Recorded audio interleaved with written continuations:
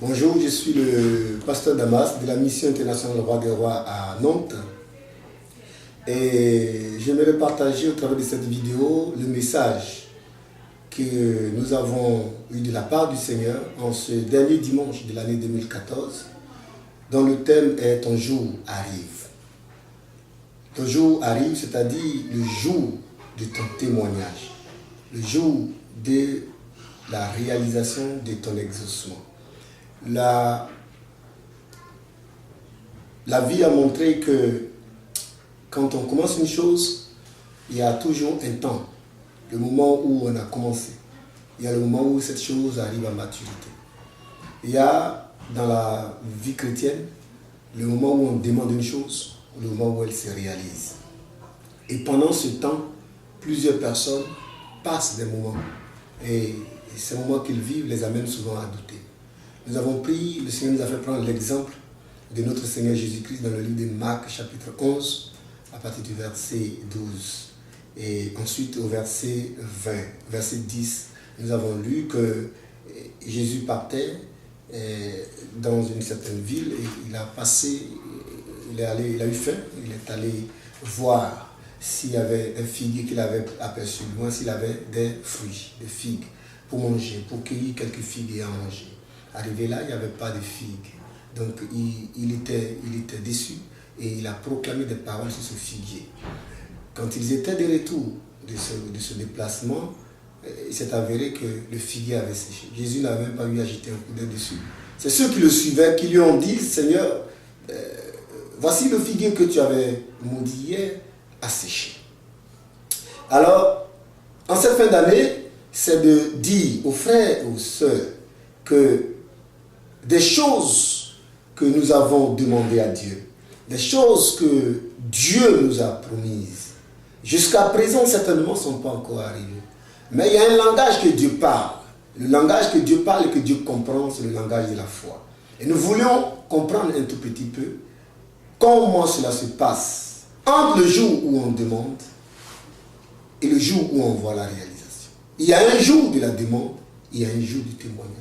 Il y a un moment de la prière, il y a un moment de la réalisation de l'exaucement. Et entre ces deux temps, il y a un laps de temps qui s'écoule. Et c'est ce temps-là que nous devons comprendre et comment le supporter, comment le vivre. C'est ce que nous avons essayé de comprendre en trois principes. Le premier principe, c'était d'être quelqu'un qui se repose en Christ. La foi est une chose dans laquelle il y a un élément important, c'est l'assurance et le repos. Le Seigneur nous l'a fait comprendre et nous avons lu dans 1 Jean chapitre 4, chapitre 5 au verset 14. Nous avons vu que ce que le Seigneur nous a dit concernant ce premier principe, parlant de cette foi qui nous conduit à nous reposer en Christ Jésus. Nous reposer, ne pas avoir peur, ne pas douter. Plusieurs d'entre nous ont peur et s'inquiètent. Et ils commencent à promener des regards inquiets. Mais c'est en s'inquiétant qu'on fait des faux choix après. On cherche à aider Dieu. On va à gauche et à droite. Et une fois qu'on met la main de l'homme dans une affaire, Dieu retire la sienne. Le deuxième principe que nous avons vu, c'est le principe de l'application de la parole. Beaucoup se découragent et sont abattus, ils baissent les bras. Parce que j'attends, et j'ai demandé durant cette année, et cela n'est pas arrivé. Donc je dis, ce que je faisais, je vais en diminuer l'intensité. On dit à certains, mais tu exagères trop, il va falloir que tu prennes un peu soin de toi-même, occupe-toi de toi-même, essaie de voir un peu, prends ta vie en main. Et ils n'appliquent plus réellement la parole à leur vie. Ils commencent à se sanctifier de moins en moins. Ils commencent à être de moins en moins exigeants avec eux-mêmes. Ils commencent à détendre un peu la corde. Or, la Bible nous apprend à demeurer toujours saint, à demeurer toujours attaché. Elle dit que en tout temps, tes habits soient propres, tes vêtements soient propres et que l'huile ne manque pas sur ta tête en tout temps. en tout temps. Donc, pendant que nous avons demandé, en attendant l'exaucement, nous devons chercher à appliquer la parole de Dieu à notre vie. Cette parole qui nous conduit à toujours demeurer dans la vérité de Dieu. Or, Dieu n'exauce que ceux qui vivent selon sa parole. C'est pourquoi la Bible dit que Dieu n'exauce que les justes. Quand nous lisons dans le livre de Jean chapitre 14, on dit, on sait que Dieu n'exauce que les justes. Donc, il faut que nous continuions à appliquer la parole de Dieu. C'est le deuxième principe. Et le troisième principe, c'est le principe de la louange. Quand tu as demandé une chose, en attendant de voir cette chose s'accomplir, il faut que tu sois dans l'esprit et dans l'attitude de louange. À ce niveau, nous avons vu plusieurs exemples. Les exemples de Josué, l'exemple de Jonas. Nous avons vu l'exemple d'Abraham qui, en étant dans cette attente, est demeuré quelqu'un qui toujours louait son Dieu. Et Jésus-Christ, l'exemple très simple et précis, c'est que Christ, quand on lui a dit que Lazare était malade, qu'il a proclamé que, excusez-moi, cette maladie, elle n'est pas pour la mort, mais elle est pour la gloire de Dieu. Christ a continué à servir Dieu. Il a continué à faire l'œuvre sans s'inquiéter. Et quand il est venu, qu'il a vu que tout était déjà fini, les gens ont commencé à dire que c'est fini. Il a continué à avoir la foi. Il leur a dit, ne vous ai-je pas dit que si tu crois, tu verras la gloire de Dieu. Christ a pleuré à cause de l'incrédulité des gens.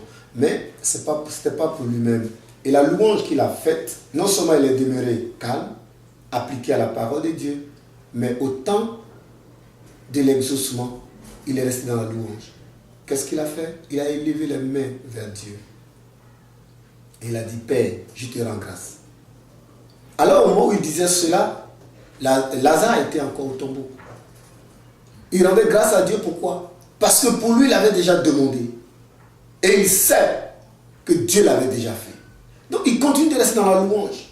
J'ai parlé tantôt de Jonas. Jonas, dans le ventre du poisson, il loue Dieu dans la prière de Jonas chapitre 2. Et il dit qu'il invoque l'Éternel. Parce qu'il sait que de lui viendra son salut. Et déjà, il dit, je t'offrirai des sacrifices d'action de grâce, de reconnaissance de Dieu à Dieu. Dans la louange, on dit ce que Dieu est et on lui montre une reconnaissance. On demeure dans la joie, on demeure dans la paix, on demeure dans la tranquillité, on l'élève. C'est des éléments qui montrent que nous avons véritablement la foi. Le jour où nous faisons une prière à Dieu, jusqu'au jour de l'exaucement, il y a un temps. Mais pendant ce temps, nous devons rester dans la paix, reposer en Jésus-Christ, dans la paix. Parce que lui nous a promis, il n'a jamais trahi. La deuxième chose, c'est que nous devons continuer à appliquer la parole de Dieu à notre vie. Marcher selon la parole de Dieu. Que nos amis, nos frères, nos parents ne viennent pas nous détourner, que les moqueries ne nous amènent pas à baisser les bras. Parce que le Dieu que nous avons prié est fidèle. Le Dieu que nous prions est fidèle. Il n'est jamais en retard. Même si c'était un péché réel que là, dans ta vie, le diable te rappelait, sache que Jésus-Christ a porté tes péchés. Et que Jésus-Christ est celui qui a pris ta place. C'est en lui que tu es béni. Et il te relèvera pour que tu sois toujours dans la joie, dans la paix. Ne te laisse pas troubler par le diable. Cette année 2014 a certainement été peut-être difficile, mais garde le cap. Sois dans la paix. Continue d'appliquer la parole de Dieu à ta vie. Continue de marcher. Tu es peut-être une personne qui se sanctifie et qui n'a encore rien eu comme résultat. Mais sache que le résultat vient de l'Éternel. Sache une chose, tu dois continuer à marcher. Et encore plus à marcher avec le Seigneur. La dernière des choses, c'est que ta louange doit être encore plus grande. Car l'œuvre de la foi, c'est la louange. Une foi qui ne loue pas Dieu, qui ne reconnaît pas qui Dieu est, ce que Dieu est capable de faire, cette foi ne pourra pas obtenir de fruits.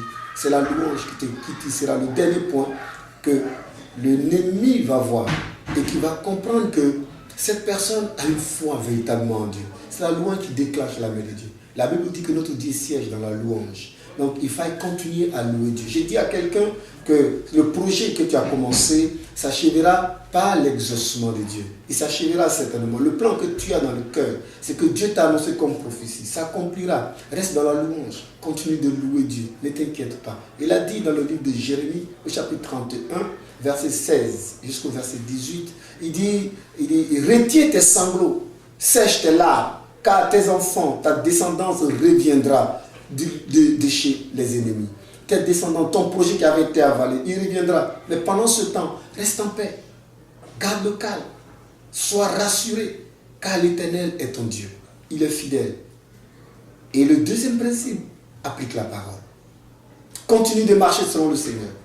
Réjouis-toi dans le Seigneur. Garde la joie. Le troisième élément, frère, loue Dieu, car l'Éternel exauce ceux qui le louent. Parce que cela montre que tu as cru en lui, que ta foi est une voie vivante. Que le Seigneur te bénisse et je crois et je déclare que 2015 est l'année de ton témoignage. L'année qui vient pour donner gloire au Père.